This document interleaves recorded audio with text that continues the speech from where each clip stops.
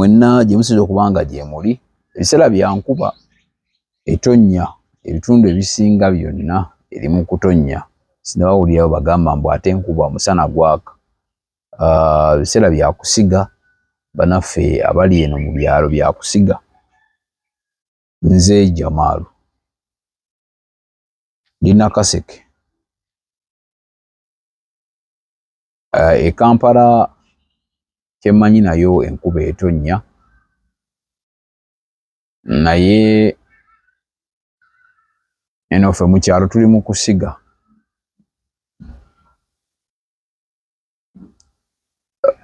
Leero ekindeese okwogera njasi ngenda kwogera ku bintu bitono nnyo si bye biri awo eby'amaanyi. Enkuba bw'etonnye enguudo zaffe ne zifuuka enguudo. Nze nabagamba sigenda kuva ku mulamwa gwa muntu wa wansi oba kye bayita service delivery. Ebintu ebirina okukolebwa gavumenti tebituuka ku ground. Nkimanyi waliwo ministry ya works, ministry ekola ku by'enguudo. Nina ekibuuzo kye njagala okubuuza. Emyaka 38 enguudo eziri mu Nakaseke zo lwaki tezikolebwa? Naawe oyinza obba olina oluguudo lwo, genda mu comment section osobola odulekawo. Emyaka giri 38 enguudo eziri mu Nakaseke district, mu Luweero district, lwaki teziyiibwa kolansi?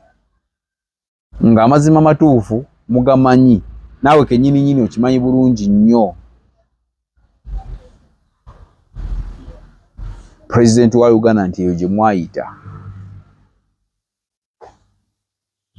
Ndi very concerned, sooka ndi mutuuze w'e Nakaseke. Ekyokubiri ndi mukulembeze w'e Nakaseke. Ekyokusatu ndi mwana nzaalwa ey'e Nakaseke. Ekyokuna nzize nsobola okuvaayo ne njogera ku kikwatagana n'oluguudo ne nkugamba nti oluguudo lwaki luli bwe ruti ne bwe ruti. Because mu constitution ebiseera ebisinga mubaamu buli mwaka gw'ebyensimbi mu ggwanga mubaamu enguudo eziyisibwa. Naye I'm just so surprised nti waliwo enguudo ezimu eziyisibwa nga ziyisiddwa emyaka 38 okuva bwe mwagenda mu buyinza. Naye emyaka 38 wallahi nga tezikolebwangako, naye nga mu budget zibaamu buli mwaka ogw'ebyensimbi eggwanga kwe lirina okutambulira. Lwaliwo tuli mu trillion ya ssente ezirina okutambuza eggwanga. Naye n'ababbi nabo beeyongera. However, nti waliwo ababikkibwako. Kubanga nyina mafia gwe nawulidde omu kati ali mu gavumenti nti bw'omwogerako bakukimirawo. Naye munnange maama ffe tugenda kukwogerako kubanga omulimu ogwaffe gwa kwogera. Ate mwattu tewali atusasula wabula twogera. Ebimu bye twogera tugenze twetegereza nga bimala ne bikyuka, naye nga nakyogera omwaka mulamba emabega oba nga nakyogera emyezi 6 oba 8 naye ne kikyuka. Wabula omukulu ne bakugamba nti oyo gundi ye yayogera era akatambi nga gye kali. Nkimanyi obutambi mubeera nabo. My worry is bwe mubanga musobola okulowoozesa omuntu nti asobola okutwala akawumbi ne mumugula adde ku sayidi yammwe, kubanga muba mumugye ku sayidi y'abantu abanyigiriza, abanyigirizibwa nga mutadde ku sayidi y'abantu abanyigiriza. Nga oluguudo olugenda akawumbi bwe kabanga kagenze at least wabaawo ekiba kikyuka. Nti oba toyambye wa family, oba toyambye wa Luganda, oba toyambye mukwano gwo, oba toyambye wa kika. Wabula oba oyambye munna-Uganda akozesa oluguudo olwo. Naye omuntu n'atwala juzi waliwo omukyala gwe babbako essente obuwumbi 2.5 2.5 billion Ugandan shillings. Esente ezo bwe bazitwala olw'okubanga zaali nzibe, because bwe zibanga tezaali nzibe lwaki tezaali mu bbanka? Kubanga yazibba yazijja waka. Kitegeeza zaali nzibe, tezaali mu mateeka. Naye omukyala oyo teyabuuzibwa nga bwe twali tusuubira. Kyabuuzibwe sente yazijjeewa, yabadde azitwalawa.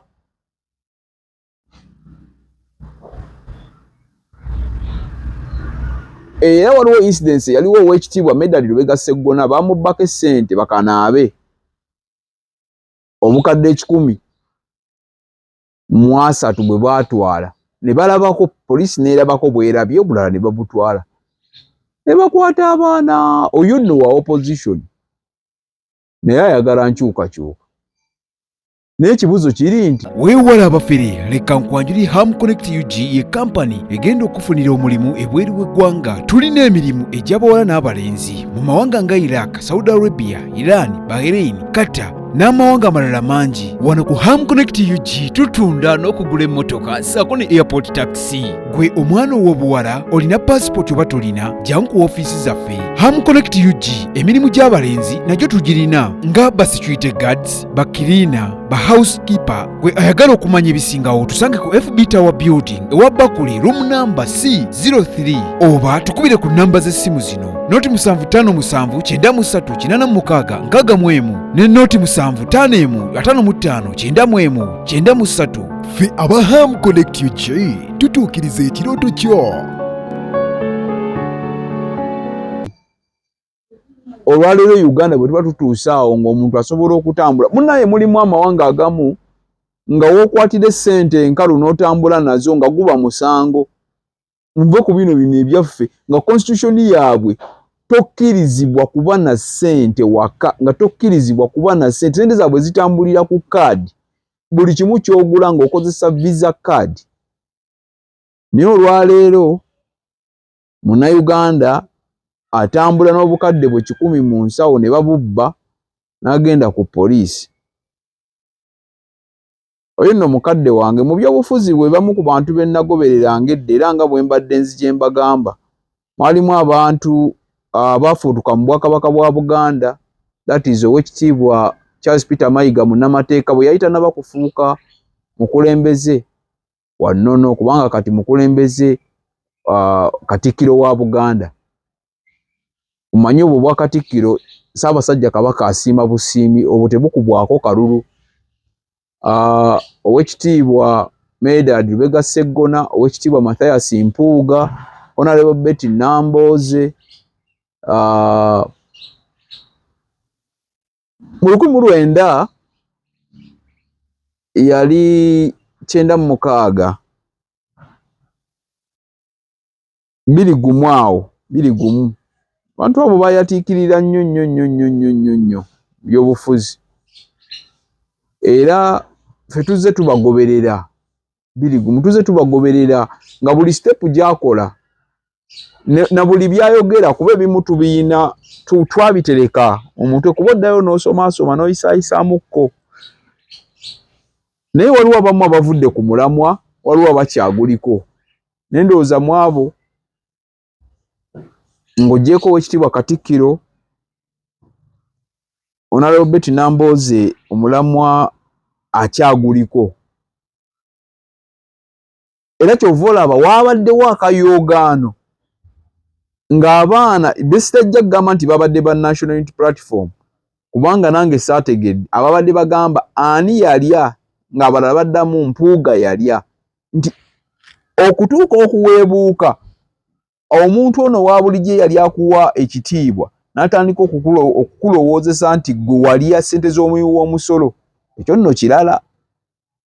Ekyo mwe abakungu abasigadde abali ebbali muba mulina okusigala nga mwetegereza nnyo ne mu bintu bye mukola n'amakubo ge muyitamu, essente z'ofunye ozifunye otya, kubanga emiliyoni 5 Honorable Mpuuga tezinnaba kutuuka.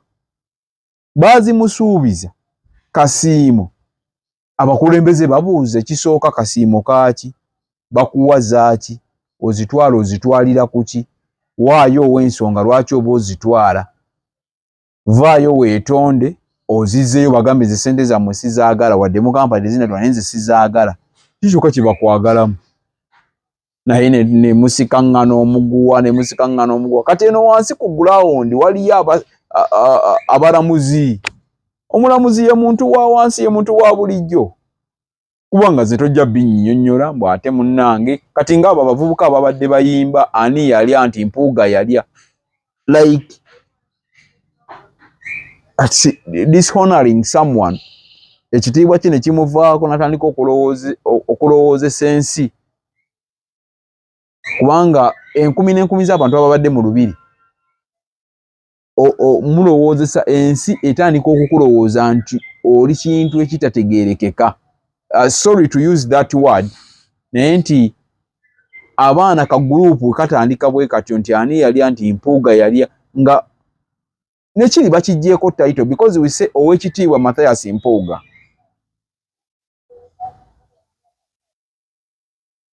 Munnange nno kankubuulire, ekigambo kiba kitono nnyo nti bannayuganda nsaba kunsonyiwa ebyo byonna byabaddewo, ate ffe omanyi kati ensi eri digito, naawe kennyini wondabira ku ssimu yo, owawaka ku laptop oku mulimu andabira ku mulimu gwe, mulimu ababusalamu, temubusalamu ne muteekako bikyamu twogera ebituufu, oluusi abamu ne babikyusa, mulimu obuntu bwe ntera okusanga eyo nga nayogedde bintu birala ate ne mubikyusa, naye it's okay as long as original copy ebeerayo. Kati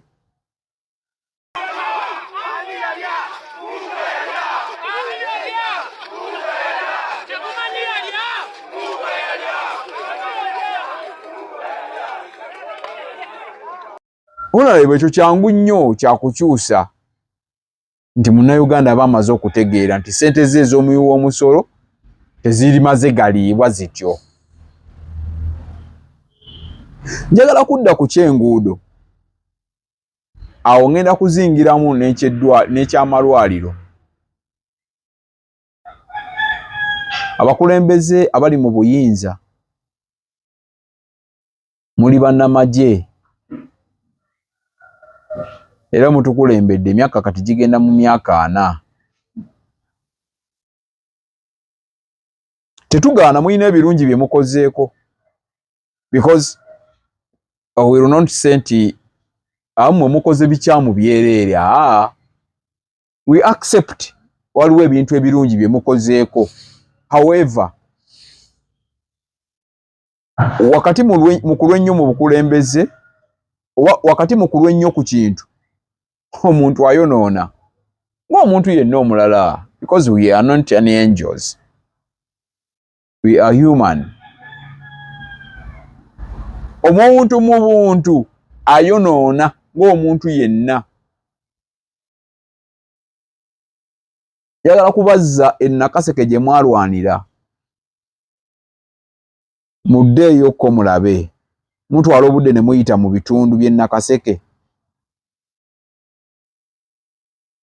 Ekinjogeza ekyo nafunye lipooti, enkuba bwe yatandise okutonnya enguudo zonna ne zisalwako. Oluguudo oluveewo Obulenzi ne lusalamu ne lutuuka e Nakaseke mu town.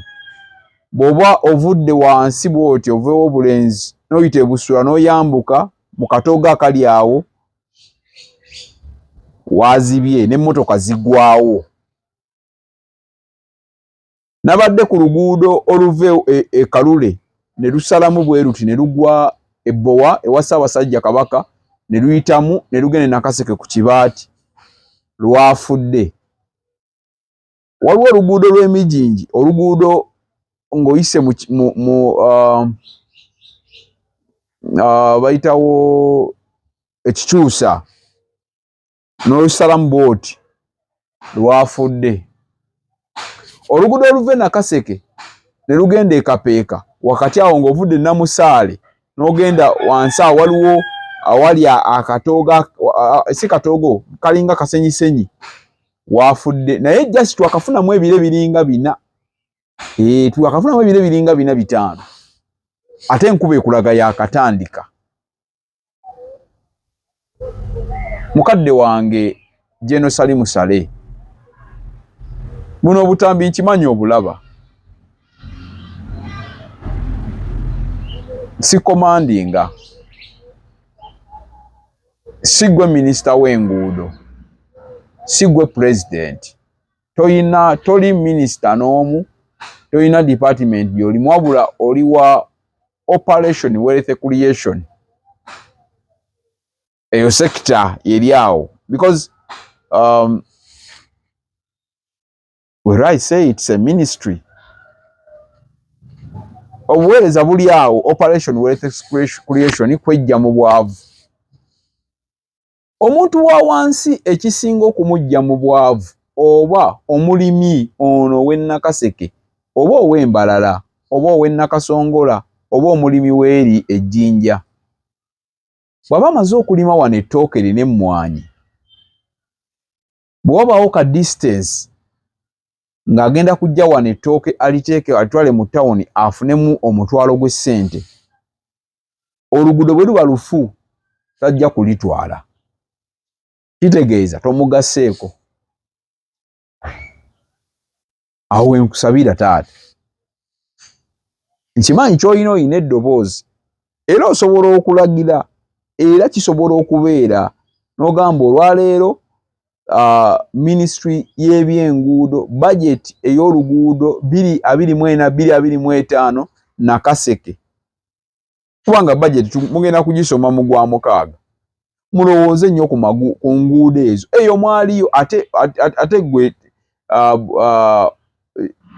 mukadde waffe General Salimu Sale ate gwe kati oli eyo obeerera ddala eyo kozeeyo amakolero industries ozikozeeyo abavubuka bakola gye bali abakola bowadde enguudo abo ku bitundu because wempitayo era wabaamu ne mu bitundu ewaffe eno wali abavuddeyo Nakaseke ne bagenda Kapeeka bali mu kukola naye waliyo abasigaddeyo eno ababooda nze obulumbi bwange buli ku bano baganda bange abakera ne baluma kubanga ffe tuli balimi bannyaanya na cucumber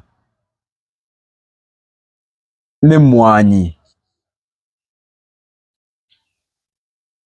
kati ze mukadde wange nze ebyange bye nalima ti bwe mbijja mu nnimiro bwe nti bwe mbiwa wa booda agenda kunseera lwakuba waayita kimutwalira essaawa 3 nga tannaba kutuukawo obulenzi ng'ate awantu asobola ovugirawo booda eddakiika 3 n'atuuka ew'obulenzi naye kimutwalira essaawa ezo essaawa 3 kati wano aba agenda kunseera mba sigenda kufunamu mu bye nnima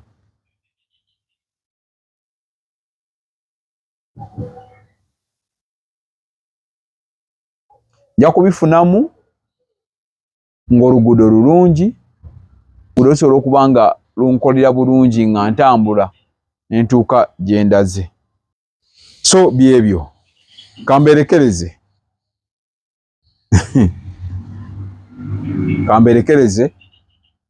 naye ekikulu kya nguudo oluguudo naddala oluva ew'obulenzi ne luyingira Kapeeka oluva e Kalule ne lugwa e Nakaseke oluva e Nakaseke ne lugenda e Kiwoko oluva e Luweero ne luyingira Kiwoko ne lugenda e Butalangu ku district oluyita e Butalangu ne luyita wansi eno bwe luti ne lugguka ne luddamu ne lugguka e Kapeeka enguudo zonna ez'enguudo mutuweko n'oluva e Matugga wano naye Matugga wano wadde waliwo mwateekawo kolansi naye kolansi mufu enguudo ezo muziwe kolansi leka tubeereko ku budget leka Nakaseke ebeereko ku budget Nakaseke muleme giboola Nakaseke gye mwayita Nakaseke gye mwakola buli kimu ekyetaagisa okukolebwa okubeera nga muli mu bukulembeze bw'eggwanga lino eyo Nakaseke leka naffe tweyagaleko tumanye nti at least kale ebirala byonna byagaana naye ku mulembe gwa Mwami Museveni ab'e Nakaseke twafuna kolansi ab'e Nakaseke bwe tulima ebintu byaffe bituuka bulungi mu katale ab'e Nakaseke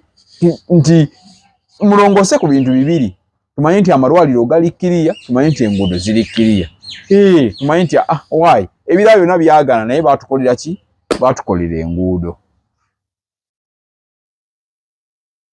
akuuma atakumira mpeera ze kalyesuula Ssaabasajja Kabaka wangaala tukwaniriza ku Mugisha Nandi Tours and Travel. Oyagala kusoma, kulambulako, oba kutambula na mwagalwawo. Tukukolera ku students visa. Munsinga Canada, America, German, Netherlands, n'endala nyingi. Ategwe visa yalema. Mugisha Nandi Tours and Travel. Kyekyokudamu kyo. Tulina obumanyirivu mu by'okukola ku visa. N'osobola okutambula. Tukuwa n'amagezi gawandyagadde okukolera e Bulaaya. Mugisha Nandi Tours and Travel. Ekuyamba okkulungamya okufuna obutuuze. Tulambuza saako n'okufunira ebifo eby'omulembe aw'okusula n'okukyakalira mu Uganda. Tusange ku Kalungu Building okuliraana City Square, Kampala Road, Level 4, Room 1. Okumanya ebisingawo tukubireko. Gwe omuzadde eyeetaze essomero erigenda okubangulira omwana wo nga muyeeya mukozi ate ayite ne first grade katukwanjulire Shehan Standard Day and Boarding Primary School abagenda okuteeka ebyensoma by'omwana wo ku mutendera ogusingira ddala. Empisa, eddiini, ebyemizannyo n'obuyiiya bwonna tubikulembereza ddala ng'ate ebyokulya n'ebyensula bya mulembe ddala. Tulina n'entambula eri abayizi abaviira ewala. Gwe ate omuzadde eyandiyagadde omwana wo okuyita ne first grade totunula obulala wonna. Okwewandiisa kugendera ddala maaso okuva ku nursery paka ku kibiina ekyomusanvu. Day ne boarding ng'ate n'ebisale birungi ate bisobokera ddala. Jjukira nti requirements zonna omwana wo azisanga ku ssomero. Tusangibwa Lubaga mu Bulwa Zone okuliraana 24/7 Motel. Gwe ayagala okumanya ebisingawo tukubire ku noti 773 73 359 ne noti 757 noti 6 26 96. Shehan Standard Primary School. We invest in education. Munnayuganda obadde okimanyi nti obulungi kwefaako katukwanjulire bannaffe aba Alola Beauty Hub nga be bakafulumu kuddaabiriza wamma n'odda buto kyokka n'osigala ng'oli mulamu. Balina sabbuuni n'ebizigo ebyerusa so nga ate n'ebikuleka ku nakyo nabyo babirina. Alola Beauty Hub bakuzigula wamma n'oshanana. Bannabukalu mujje tubakoleko jangu ofune weed oil. Tulina muwoomya kazunza njuki omusajja omwenzi oba omukazi ye mwenzi jangu tukuwe supalo ng'omuntu wo ina mukaabira jangu bakukaabire. Musajja takuwa jangu bakuwe tulina muweebwa. Alola Beauty Hub bw'obeesiga wamma ebizibu by'omu maka obiira obigonjodde. Mu abaami n'abakyala abaagala okusala omugejjo mwe tubakolako nga tukozesa amajaani gaffe agatalina wadde obulabe. Omuwala ayagala okukola figa sako n'okwongera kabina wamma jangu ku Alola Beauty Hub we wali ekiddukiro kyo nga tusangibwa ku Ntebe Road opposite Freedom City. Ate teweerabira tukola ne delivery. Kola order yo package yo tugikuleeterawo. Kumanya ebisingawo tukubire noti 7452731 jangu ku Alola Beauty Hub olabikenga malayika abaliddawo bali kutenda.